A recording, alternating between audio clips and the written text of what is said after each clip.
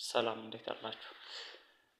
በዛሬው ክፍል ቪዲዮ በቀላሉ እንዴት እንግሊዘኛ ማንበብ እንደምንችል የማሳያችሁ ነው ማለት ነው።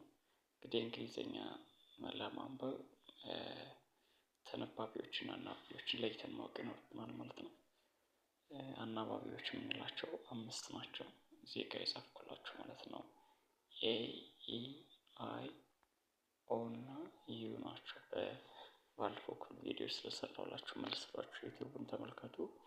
ተነባቢዎች ደግሞ 21 ናቸው በዚህ በኩል የጻፍኳቸው ማለት ነው። ስለዚህ ሁሉንም መጨረስ ስለማንችል ዛሬ የተወሰነ ክፍል ብቻ የማሳያችሁ ይሆናል ማለት ነው።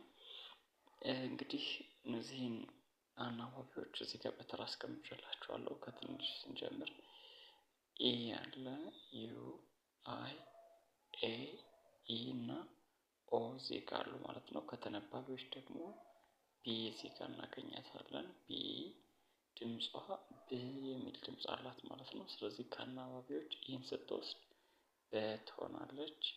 ዩን ስትወስድ ቡ ትሆናለች። አይን ስትወስድ ቢ፣ ኤን ስትወስድ ባ፣ ኤን ስትወስድ ቤ፣ ብቻዋን ቢ ብቻ ስትሆን ብ፣ ኦን ስትወስድ ቦ። ስለዚህ በዚህ መልኩ የበን ዝርያዎች ማግኘት ይቻላል ማለት ነው። የቢ ድምፅን ከ5ቱ ተነባቢዎች ከ6ቱ እዚህ ጋር ያስቀመጥኩላችሁ ብዛታቸው 6 ስለሆኑ ከአናባቢዎች ጋር በማገናኘት የበን 7ቱን ድምፆች መመስረት ቻልኩ ማለት ነው። ሁለተኛዋ ተነባቢ ሲ ናት። ሲ 2 አይነት ድምፅ ነው ያላት። ባለፈው ክፍል ቪዲዮ በስፋት ሰርቼበታለሁ። መለስ ብላችሁ ተመልከቱ። 2 አይነት ድምፅ አላት ማለት ሲ ከአናባቢዎች መካከል ኢን እና አይን ከወሰደች ሰ የሚል ድምፅ ይኖራታል ማለት ነው። ዩን፣ ኤን እና ኦን ከወሰደች ደግሞ የከ ድምፅ ይኖራታል ማለት ነው። ለምሳሌ ሴል ብለን ስንጽፍ አሁን ሲ ኢ ኤል ኤል አድርገን እንጽፋለን እንደ ሰ ተነባቢዎች ማለት ነው። ኮፓር ብለን ስንጽፍ ደግሞ ሲ ኦ ፒ ፒ ኢ አር ብለን ሲ እንጠቀማለን ማለት ነው። እንደ ክ ተነባቢዎች ማለት ነው። ስለዚህ ይቺ ሴ ኢን ስትወስድ ሴ ትሆናለች። ዩን ስትወስድ ኩ፣ ሱ አትሆንም መቼም ቢሆን ኮ ተብላ ነው የምትነበብ ማለት ነው። ኮፐር የመሳሰሉት ከት ሊሆን ይችላል እንደዚህ አይነት። ስለዚህ ዩን ከወሰደች ሁሌም እንደ ከቤት ነው የምትነበብ ሲ ማለት ነው። አይን ከወሰደች እንደ ሰ ትነበባለች። ለምሳሌ ሰርክል ብለን ስንጽፍ ሲ አይ አር ሲ ኤል ኢ አድርገን እንጽፋለን ማለት ነው። ሌላ ኤን ከወሰደች እንደ ኬ ትነበባለች። ለምሳሌ ኬር ብለን ስንጽፍ ኬክ ብለን ስንጽፍ የምንጠቀማችን ሲን ከኤ ጋር ይሆናል ማለት ነው። ኢን ስንጽፍ እንደ ሴ ትነበባለች። ብቻዋን ሲ እንደ ክ የሚል ድምፅ አላት ማለት ነው። ፎር ኤግዛምፕል ክሎክ ብለን ስንጽፍ ሰዓት ብለን ስንጽፍ አሁን ምንጽፋት ሲን ነው ማለት ነው። ኦን ስንጨምርባት ኮ የሚል ድምፅ ይኖራታል ማለት ነው። ለምሳሌ ቅድም ያልኳችሁ ኮፐር፣ ኮምፕሌክስ ምናምን የመሳሰሉ ቃሎችን ስንጽፍ ሲን ተጠቅመን እንጽፋለን ማለት ነው። ሌላኛዋ ዲ ናት። እቺ ዲ አንድ ድምፅ ነው ያላት። ዲ የሚል ድምፅ አላት። ይሄው ከኢ ጋር ደ፣ ዩን ስትወስድ ዱ፣ ዲ፣ ዳ፣ ዴ፣ ዲ፣ ዶ።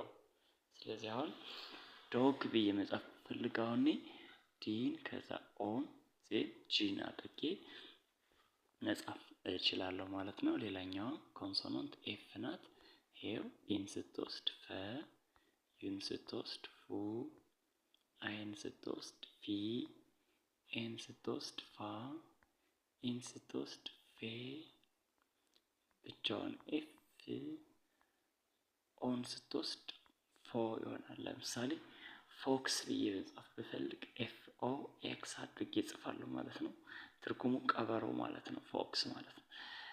ሌላኛው ጂ ናት። ከኤፍ ቀጥላ ማገኛት ኮንሶናንት ወይ ተነባቢ ጂ ግ የሚል ድምፅ ነው ያላት። ይሄው ከኤ ጋር ገ፣ ዩን ስትወስድ ጉ፣ አይን ስትወስድ ጊ፣ ኤን ስትወስድ ጋ፣ ኢን ስትወስድ ጌ፣ ብቻዋን ግ ኦን ስትወስድ ጎ።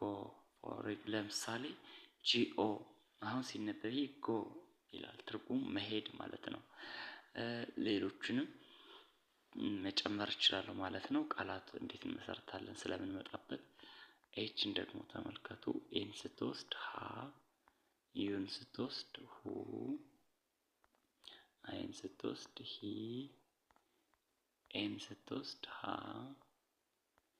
ኢን ስትወስድ ሄ፣ ብቻዋን ህ፣ ኦን ስትወስድ ሆ። ለምሳሌ ሆቴል ብዬ መጻፍ ብፈልግ እኔ እዚህ ጋር ሆቴል ብዬ መጻፍ ብፈልግ ምን አደርጋለሁ? እዚህ ጋር ኤች አለች፣ ኤች ጻፍኩ፣ ኦ ሆ ማለት ነው። ቴ ቲኤ ነው። ል ይኸው ሆቴል ብዬ መጻፍ ቻልኩ ማለት ነው። ስለዚህ በዚህ መልኩ ሌሎቹንም የምሰራላችሁ ይሆናል ማለት ነው። በቀጥታ መማር የምትፈልጉ በምትፈልጉት የሶሻል ሚዲያ አማራጭ መማር ትችላላችሁ። ኦንላይን እያስተማርን እንገኛለን። ቪዲዮን ከወደዳችሁት ላይክ አድርጉ። የሚስተካከል ነገር ካለ ምሰራላችሁ የምትፈልጉት ነገር ካለ ኮሜንት ቦታ ላይ አስቀምጡልኝ። በየቀኑ የምሰራቸው ቪዲዮዎች እንዲደርሷችሁ ከፈለጋችሁ ደግሞ የዩቲዩብ ቻናሉ ሰብስክራይብ በማድረግ ቤተሰብ መሆን ትችላላችሁ።